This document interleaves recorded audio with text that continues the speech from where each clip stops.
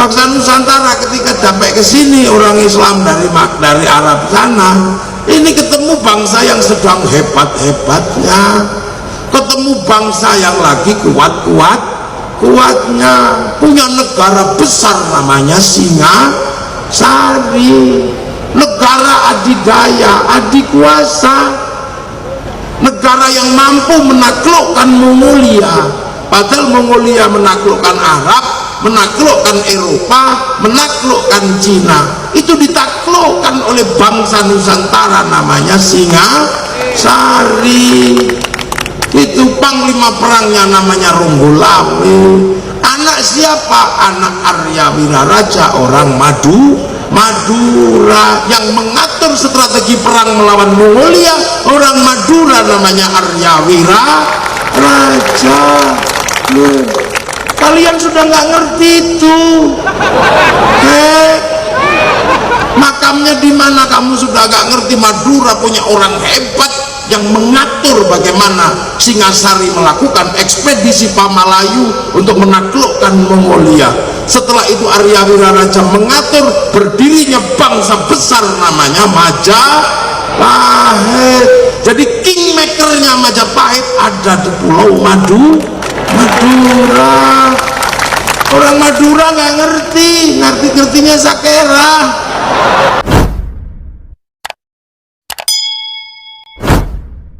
Dari itulah makanya ketika Islam ini gerak terus lama-lama ketemu bangsa Nusantara.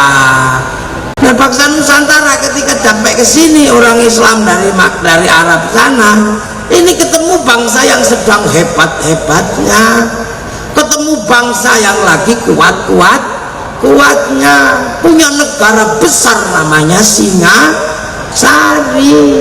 negara adidaya, adikuasa, negara yang mampu menaklukkan Mongolia.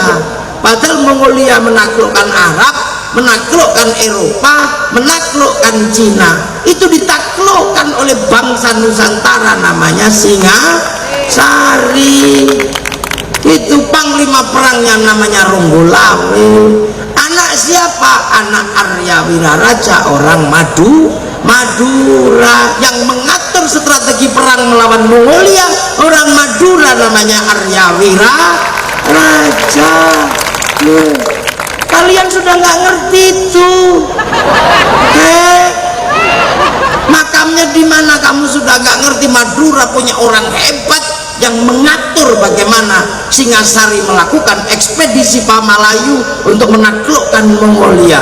Setelah itu Arya Wiraraja mengatur berdirinya bangsa besar namanya Majapahit. Jadi kingmakernya Majapahit ada di Pulau Madura.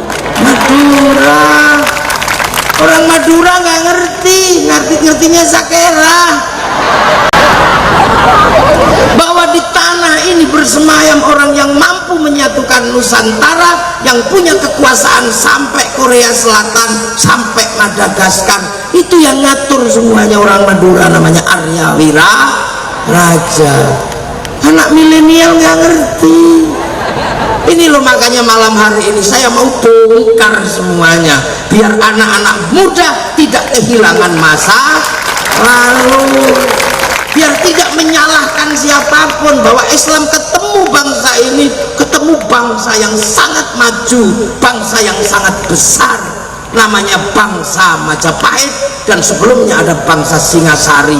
Dan orang Madura tidak boleh melupakan yang membuat bangsa sebesar itu, desainernya ada di Pulau Madura, nggak boleh. Maka Madura kapan-kapan harus bikin pesta festival Arya Wiraraja, mesti dibuatkan biar nggak lupa. Iya, memang pusat kekuasaannya ada di Majapahit, di Mojokerto, tapi desainernya ada di Madura. Jadi ada kingmaker. Jadi itu nggak ngerti lah sekarang mana. Taunya Arya Wiraraja nama terminal di Sumenep itu aja.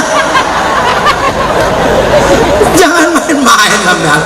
Orang hebat di sini yang membuat bangsa ini disegani oleh seluruh dunia.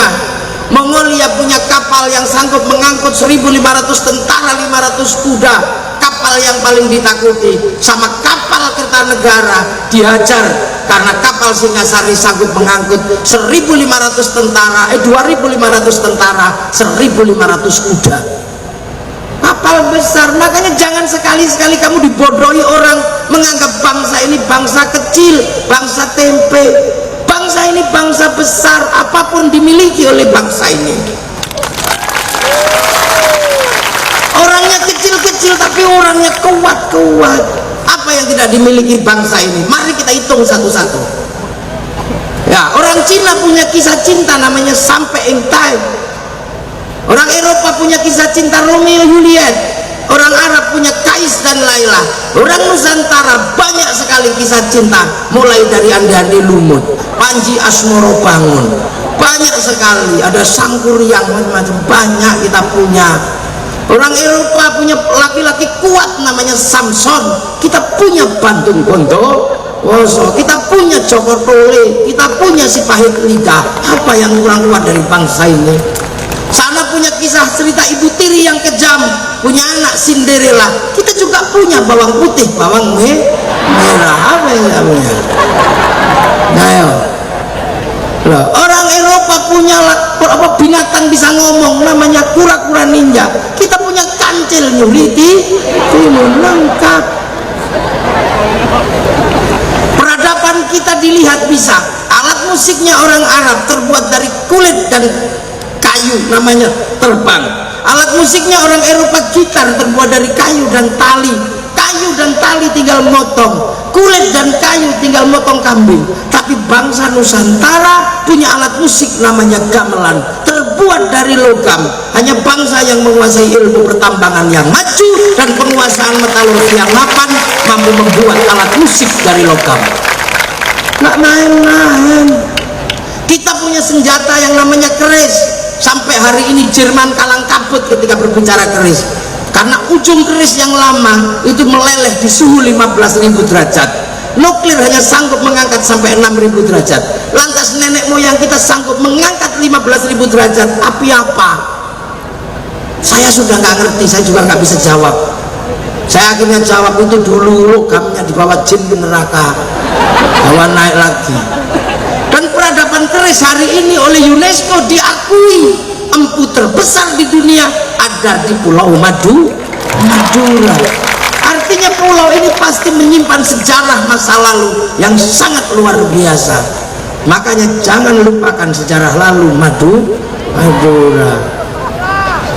Loh, ini fakta yang ada di lapangan. Tanya UNESCO. Peradaban keris di dunia pusatnya sekarang ada di Madura, dan satu-satunya empu perempuan ada di Pulau Madura. Hah? Saya aja tahu, kamu nggak ngerti. Kamu sibuk pilpres soalnya.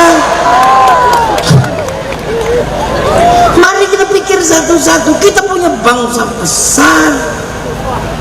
Loh, makanya para ulama ketika datang ke Nusantara nggak berani main-main.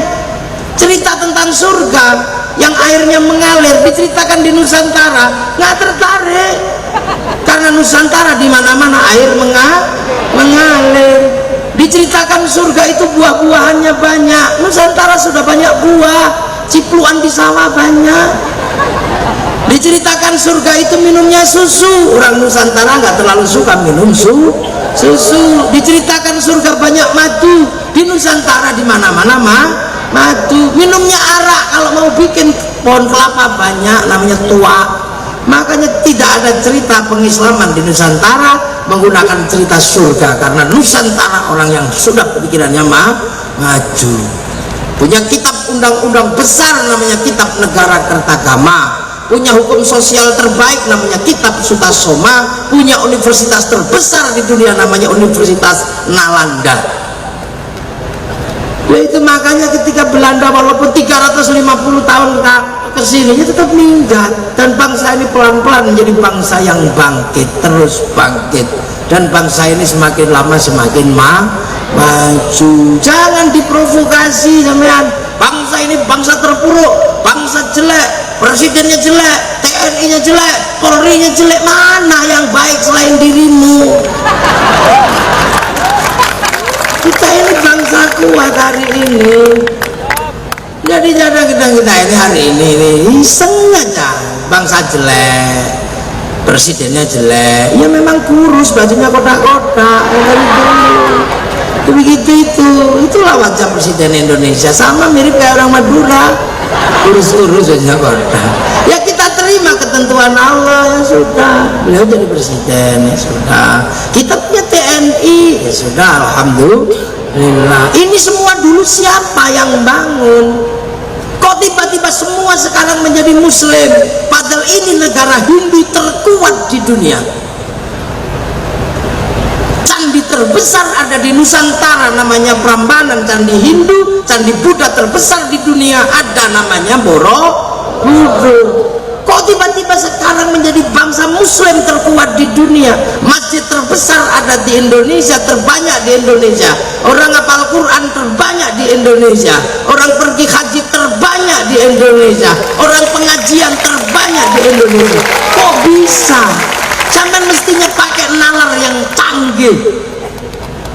Kenapa negara Hindu terbesar di dunia tiba-tiba berubah menjadi negara muslim terbesar di dunia? Apa ini BEM salah BEM?